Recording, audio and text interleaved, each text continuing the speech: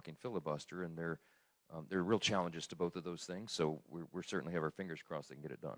I think Leader Thune did say that he thought you should take it up again and revote. Did he say that? I believe he did. All right. Hear what you asked for. President Trump has said that if Congress can't send him the Save America Act to his desk, then he's not going to sign anything else into law. Is this the end of legislating for this cycle as we know it?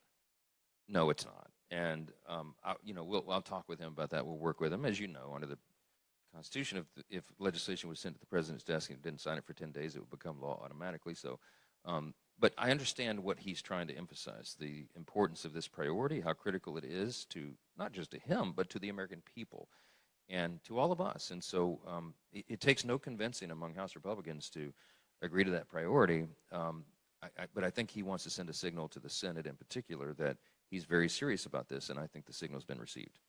Okay. Let's change gears to the midterms. I remember right before the 2024 election, we were in Hellertown, Pennsylvania, at a Ryan McKenzie event at the old Steel Club. I don't know if you remember. It's probably all a blur to you because you go to so many of these campaign events. But at that event, you told me that you were going to win the House, the Senate, and the White House. And that turned out to be true. And you said the way that you were going to do it was through this new coalition that the Republicans were building, which included winning more Hispanic votes, more black votes, more Jewish votes, and union workers.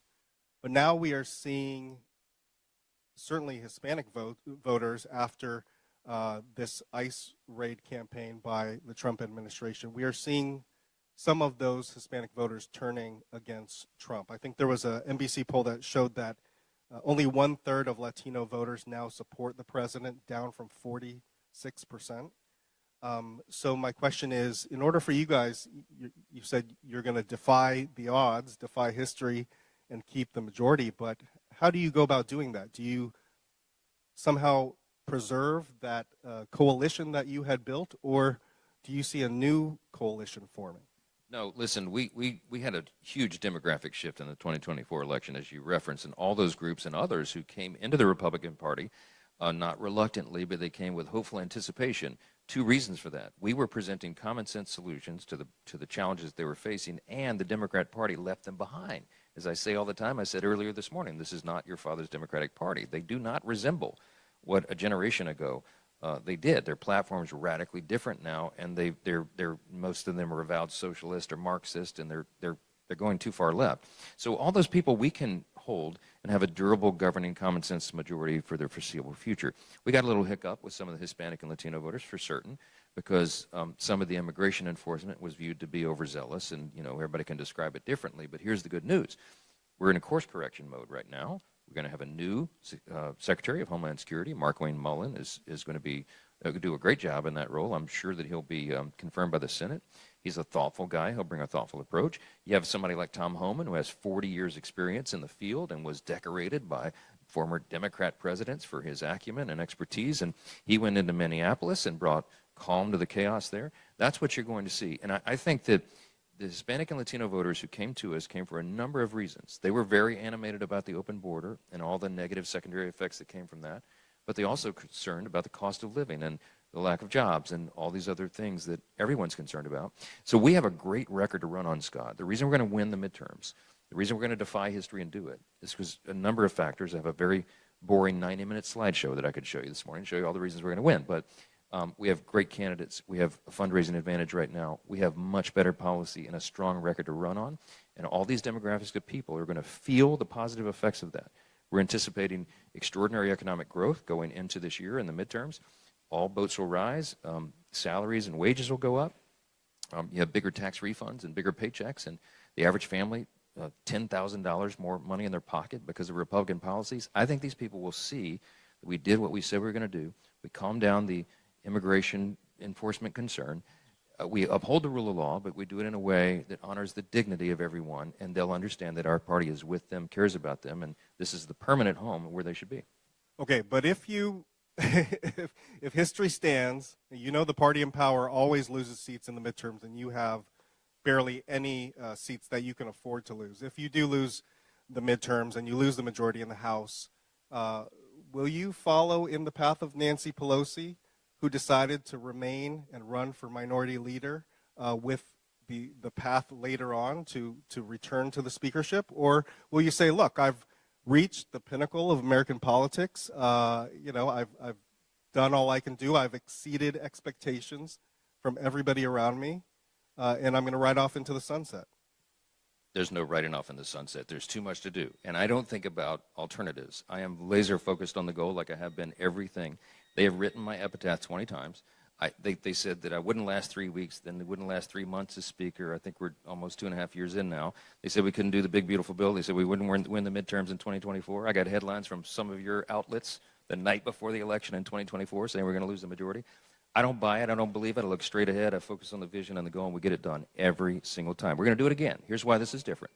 History is going to be different this time. It's going to be defied, the trend, lots of reasons for it, but among them is that we've never had a midterm like we're having right now. First of all, the chasm between the two parties has never been so wide. This is a choice election, as I articulated earlier today, between common sense and crazy. And every metric of public policy will be able to demonstrate that, show that we did it in word and deed. We did the right thing for the American people, and they will appreciate that. We also have a president. There never before, Scott, you can't name a time in history when a second-term president who is not on the ballot again, in the middle of his second term, has been so active like President Trump is going to be. He's engaged. He's going to run like it's 2024. He's going to do the rallies and do the events, and he's already doing it now. He's going to be heavily involved, and he is still the turnout machine for our side, as well as the other side. I acknowledge that. But the president's going to be deeply involved in it because he understands the stakes are so high. The American people are going to understand he is on the ballot, at least in a metaphorical sense. Because if we were to lose the midterms, everybody knows the chaos that would ensue. So I think there's so many factors in our favor. I think the energy and excitement is going to be on our side. I can't wait for the midterm convention that we're going to have before early voting starts in the fall, where we parade all of our stars across the stage and we talk about all the great things we've done for the American people. This is a midterm like none other. So I'm telling you, do not bet against the House Republicans. I've told you all that before. I'm telling you again. Right. Remember I said this. Taylor's giving me the hook here. I got a lightning round, 30 seconds. Best part of being Speaker of the House? The collection of sports memorabilia. I get the coolest stuff when people bring. Y'all should come in. I got every LSU thing, every championship thing now, and people give me I've little. seen your cool football things. and jerseys before. Awesome. Worst part of the job? I don't know. I don't focus on that, but it's difficult. It really is about a 20 to 22 hour endeavor at this point. It's very complicated, very widespread set of responsibilities, but I'm not complaining. I'm honored to have the position, and I'm going to do my duty and the best I can every day. Somebody that you rely on for counsel in the House Republican Conference, other than Scalise, Emmer, Lisa McClain? It's a wide array of members. I'm very close to my classmates. We all came in together. I'm going to miss a guy like Jody Arrington, for example, who's leaving us soon, and Darrell Ice has been a great friend and advisor. We're losing some real talent in retirements, but I'm happy for them. And I'll say, in spite of the false narrative, there's only 5 competitive Republican seats that someone is retiring out of, only 5. And in 2018, we were in, I think it was maybe 22 or 23 seats that was in that category. So we're comfortable about that. We know we can win the seats where people are leaving, but some of the wise counsel is leaving the building. I'm going to miss them. And finally, finish this sentence. My relationship with Hakeem Jeffries can best be described as? Collegial. I like Hakeem as a person. We have very different worldviews and very different policies, but we get along well because I think we understand one another, have some sympathy for one another, and we have a lot more in common on a personal side than most people recognize. So I like Hakeem a lot. Mr. Speaker, thank you so much for your time. Thanks to all of you for being here and to the Congressional Institute for having us. Thanks for doing it. Nice jacket.